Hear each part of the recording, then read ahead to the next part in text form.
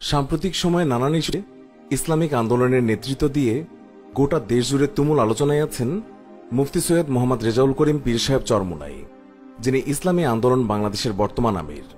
বিশেষ করে ফ্রান্সে প্রকাশ্যে রাসূলুল্লাহ সাল্লাল্লাহু আলাইহি ওয়াসাল্লামের ব্যঙ্গ কার্টুন প্রকাশের প্রতিবাদে ঢাকাস্থ ফ্রান্স দূতাবাস ঘেরাও করে এবং ইসলামী শক্তিতে গোটা দেশ কাঁপিয়ে দিয়ে তিনি ব্যাপক প্রশংসা করেছেন। আমাদের আজকের এপিসোডে জানাবো মুফতি সৈয়দ মোহাম্মদ রেজাউল করিম পীর সাহেব চরমোনাইয়ের জীবনের কথা এবং নানা রকম অজানা তথ্য।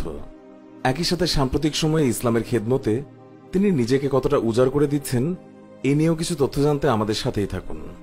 মুফতি সৈয়দ মোহাম্মদ রেজাউল করিম পীর সাহেব চরমোনাই 1971 সালের 1 ফেব্রুয়ারি বরিশাল জেলার কীর্তনখোলা নদীর তীরে চরমোনাই গ্রামে বিখ্যাত এক মুসলিম পরিবারে জন্মগ্রহণ করেন।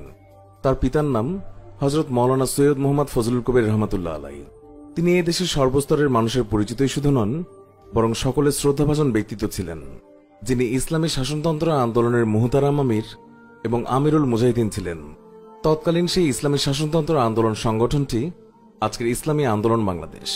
তার পিতামহ মানে দাদা মাওলানা সৈয়দ মোহাম্মদ ইসাহাকও এই দেশের একজন সর্বজন শ্রদ্ধেয় আলেম এবং বুজুর্গ ছিলেন।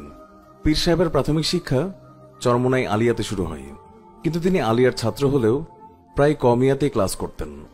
ঢাকার ঐতিহ্যবাহী যাত্রাবাড়ি মাদ্রাসাতেও তিনি কিছুকাল পড়াশোনা করেছেন। অবশেষে 1991 সালে চরমোনাই আলিয়া থেকে কামিল হাদিস ও বরিশাল সাগরদী আলিয়া থেকে ইফতা সম্পন্ন করেন।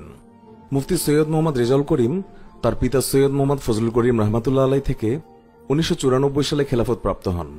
ওই বছর চরমোনাইয়ের বাৎসরিক মাহফিলে এর ঘোষণা হয়। 2013 সালে বাংলার কয়েকজন বড় বুজুর্গ আলেম থানভী সিলসিলার অন্যতম খলিফা আল্লামা মাহমুদুল হাসান সাহেব তাকে প্রধান খলিফা হিসেবে স্বীকৃতি দেন। ছাত্রজীবন শেষ হতে না হতেই তিনি চরমোনাই আলিয়ার খণ্ডকালীন শিক্ষক ছিলেন। পরে দীর্ঘদিন যাবৎ আলিয়া কওমিয়া উভয় শাখায় নাজমে আলার দায়িত্ব পালন করেন। বর্তমানে তিনি উভয় শাখার পৃষ্ঠপোষক হিসেবে দায়িত্বরত আছেন। হযরত পীর সাহেব চরমোনাই দীর্ঘদিন যাবৎ চরমোনাই ইউনিয়নের চেয়ারম্যান ছিলেন। অত্যন্ত কৃতিত্ব এবং সফলতার সাথে তিনি চেয়ারম্যানের দায়িত্ব পালন করেন, যার কারণে একটি বিদেশি সংস্থা তাকে পুরস্কার দিতে চেয়েছিল, কিন্তু তিনি তা গ্রহণ করেননি। হযরত পীর সাহেব চরমোনাই ছাত্রজীবন থেকে ইসলামী শাসনতন্ত্র ছাত্র আন্দোলনের সঙ্গে জড়িত ছিলেন এবং সর্বশেষ তিনি ছাত্র আন্দোলনের কেন্দ্রীয় কমিটির ছাত্র কল্যাণ সম্পাদক ছিলেন। ছাত্রজীবনের পর তৎকালীন ইসলামী শাসনতন্ত্র আন্দোলনে তিনি কেন্দ্রীয় মজলিস শুরার অন্যতম সদস্য ছিলেন। বিএনপি জামাত জোট সরকারের ইসলাম বিরোধী কর্মকাণ্ডের বিরুদ্ধে সক্রিয় থাকায় অন্যান্য ভাইদের মতো তিনিও কারা নির্যাতন ভোগ করেছিলেন। সর্বশেষ 2006 সালের 25 নভেম্বর তার পিতা সৈয়দ মোহাম্মদ ফজলুল করিমের ইন্তেকালের পর ইসলামী আন্দোলন বাংলাদেশের প্রেসিডিয়াম সদস্যদের সর্বসম্মতিক্রমে তিনি ইসলামী আন্দোলন বাংলাদেশের আমির এবং আমিরুল মুজাহিদিনের দায়িত্বপ্রাপ্ত হন। আজ পর্যন্ত তিনি অত্যন্ত বিচক্ষণতার সঙ্গে উভয় সংগঠনকে বলিষ্ঠভাবে নেতৃত্ব দিয়ে যাচ্ছেন। দেশ রক্ষায় টিপাইমুখ অভিমুখে লং মার্চ করে তিনি দেশ বিদেশে ব্যাপকভাবে আলোচিত হন।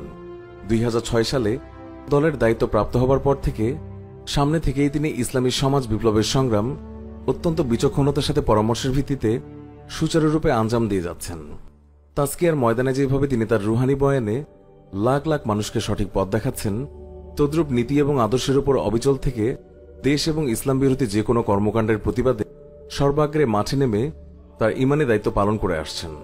সাম্প্রতিক সময়ে তিনি বেশ কিছু ইসলামিক আন্দোলনের নেতৃত্বও দিয়েছেন। এ তো কিছুদিন আগে হুঙ্কার দিয়েছিলেন নারী ও শিশু যৌন হয়রানির বিরুদ্ধে। এবার গর্জন তুললেন ফ্রান্সে নবীজি সাল্লাল্লাহু আলাইহি ওয়াসাল্লামকে অপমান ইস্যুতে। সবশেষ 17 অক্টোবর 10টায় ঢাকাস্থ ফ্রান্স দূতাবাস ঘেরাও করে ইসলামী আন্দোলন বাংলাদেশ। এই আন্দোলনেরও নেতৃত্বে ছিলেন মুফতি সৈয়দ মোহাম্মদ রেজাউল করিম পীর সাহেব চরমোনাই। জাতিসংঘ বিশ্বব্যাপী অশান্তি দূর করে শান্তি প্রতিষ্ঠার দায়িত্ব নিয়ে তা প্রতিষ্ঠা লাভ করলেও মুসলমানদের স্বার্থ রক্ষায় জাতিসংঘ ব্যর্থ হয়েছে। তিনি জাতিসংঘ এবং ওআইসিকে ফ্রান্সের বিরুদ্ধে কঠোর প্রতিবাদ করার আহ্বান জানান। তিনি বাংলাদেশ সরকারকে সংসদে ফ্রান্সের বিরুদ্ধে নিন্দা প্রস্তাব জ্ঞাপনের জন্য দাবি জানিয়েছেন। তার মতে মুসলমানদের পক্ষে অবস্থান নিতে ব্যর্থ হলে দেশবাসী সরকার থেকে মুখ ফিরিয়ে নেবে।